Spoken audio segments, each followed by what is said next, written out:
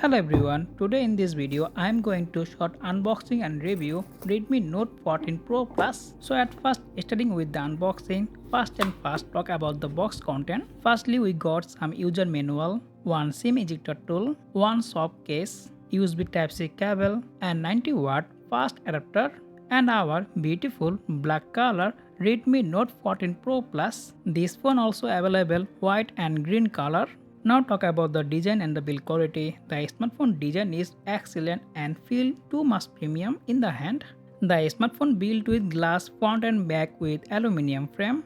The smartphone comes with 6.67-inch 68B AMOLED display with 120Hz refresh rate and HDR10 Plus, and the smartphone peak brightness is 3000 nits. And the smartphone comes with Qualcomm Snapdragon 7S Gen 3 SoC, who is 4nm processor with Adreno 710 GPU.